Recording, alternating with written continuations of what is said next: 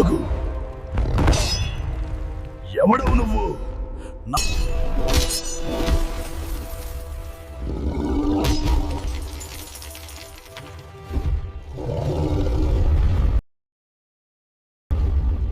లోకబాంధవుడు, ద్వారకాధీశుడు, సాక్షాత్తు ఆ శ్రీకృష్ణుడికే తప్పని నింద.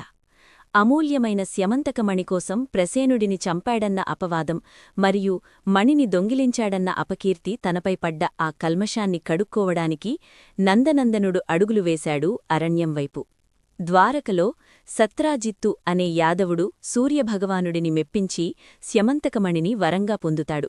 అది రోజుకు 8 బారువుల బంగారాన్ని ఇస్తుంది. కృష్ణుడు ఆ మణిని రాజ్యక్షేమం కోసం అడగగా సత్రాజిత్తు నిరాకరిస్తాడు. ఒకరోజు సత్రాజిత్తు తమ్ముడు ప్రసేనుడు ఆ మణిని ధరించి వేటకు వెళ్తాడు. అడవిలో ఒక సింహం ప్రసేనుడిని చంపి మణిని నోటకరచుకుని వెళ్తుంది. అది చూసి సింహాన్ని వెంబడించిన జాంబవంతుడు త్రేతాయుగం నాటి భల్లూకరాజు సింహాన్ని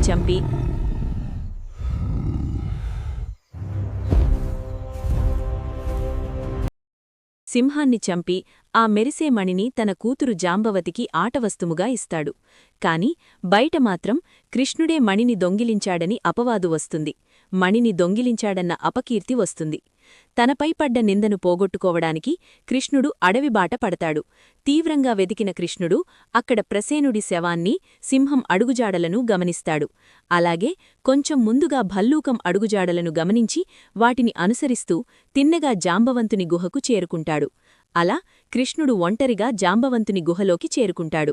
గుహలో మణితో ఆడుకుంటున్న జాంబవతిని చూసి కృష్ణుడు ఆ మణిని తీసుకోబోతాడు. అది చూసిన జాంబవంతుడు కృష్ణుడిని దొంగగా భావించి ఇలా అంటాడు. ఆగు! ఎవడవు నువ్వు? నా కుమార్తె ఆట వస్తువును దొంగిలించడానిచ్చిన సామాన్యుడివా? ఆగు! ఎవడవు నువ్వు? నా కుమార్తె ఆట వస్తువును దొంగిలించడానికి వచ్చిన సామాన్యుడివా, లేక మృత్యువును వెతుక్కుంటూ వచ్చిన మూర్ఖుడివా? అప్పుడు శ్రీకృష్ణుడు చిరునవ్వుతో, నేను దొంగను కాను వృద్ధుడా, ఈ మణి వెనుక ఉన్న నిందను తుడిచేయడానికి వచ్చిన అన్వేషకుడిని. నేను దొంగను కాను వృద్ధుడా, ఈ మణి వెనుక ఉన్న నిందను తుడిచేయడానికి వచ్చిన అన్వేషకుడిని. మర్యాదగా ఆ మణిని నాకప్పగించు, లేదంటే నా బాహుబలాన్ని రుచిచూస్తావు అని అంటాడు. అంతే, అప్పుడు మొదలయ్యింది ఒక మహాసంగ్రామం. ఒకరు సృష్టికర్త, మరొకరు చిరంజీవి. ఒకరోజు కాదు, 2 రోజులు కాదు, ఏకధాటిగా 28 రోజులపాటు ఆ గుహగోడలు దద్దరిల్లేలా సాగింది ఆ ముష్టియుద్ధం. అలా యుద్ధం కొనసాగుతూనే ఉంది. రోజులు గడుస్తున్నాయి. జాంబవంతుడి బలం క్షీణిస్తోంది. చివరిగా ముష్టియుద్ధం, పిడికిలి పోరాటంలో కూడా జాంబవంతుడు అలసిపోతాడు. అప్పుడాయనకొక సందేహం వస్తుంది.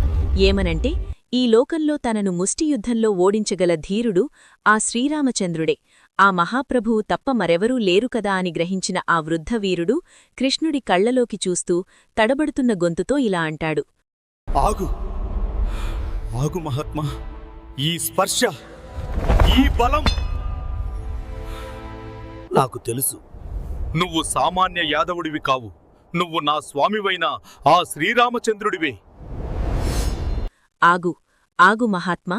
ఈ స్పర్శ, ఈ బలం నాకు తెలుసు. నువ్వు సామాన్య యాదవుడివి కావు. నువ్వు నా స్వామివైన ఆ శ్రీరామచంద్రుడివే అంటూ జాంబవంతుడు మోకరిల్లి ప్రార్థించగా అప్పుడు శ్రీకృష్ణుడు తన రామరూపంతో దర్శనమిచ్చాడు. త్రేతాయుగంలో రాముడికి సేవ చేసిన అపరభక్తుడైన జాంబవంతుడు తన స్వామిని గుర్తుపట్టి పాదాలపై పడతాడు. తన అజ్ఞానాన్ని క్షమించమని వేడుకుంటాడు. తదుపరి జాంబవంతుడు అపరాధభావంతో స్యమంతకమణితో పాటు తన కుమార్తె జాంబవతిని కూడా శ్రీకృష్ణుడికి సమర్పిస్తాడు. కృష్ణుడు మణితో ద్వారకకు తిరిగివచ్చి సత్రాజిత్తుకు నిజం నిరూపించి తనపై పడ్డ నిందను తొలగించుకుంటాడు. కొన్నిసార్లు మనం మంచి తలచినా ఎక్కడో ఎవరివల్లో తప్పు జరిగితే ఆ నింద మనమీదికి వస్తుంది. అందుకు చక్కని ఉదాహరణే ఈ కథ.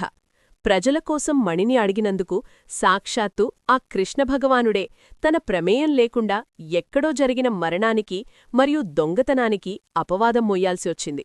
కాని తన తప్పులేనప్పుడు ఆ భగవంతుడంతటివాడే తనకు అంటిన కల్మషాన్ని కడుక్కోవడానికి అడవిబాట పట్టినప్పుడు మనమూ కూడా మన ప్రమేయం లేకుండా మనమీద పడ్డ అపవాదాన్ని తొలగించుకోవడానికి కొన్నిసార్లు యుద్ధం చేయాల్సొస్తుంది.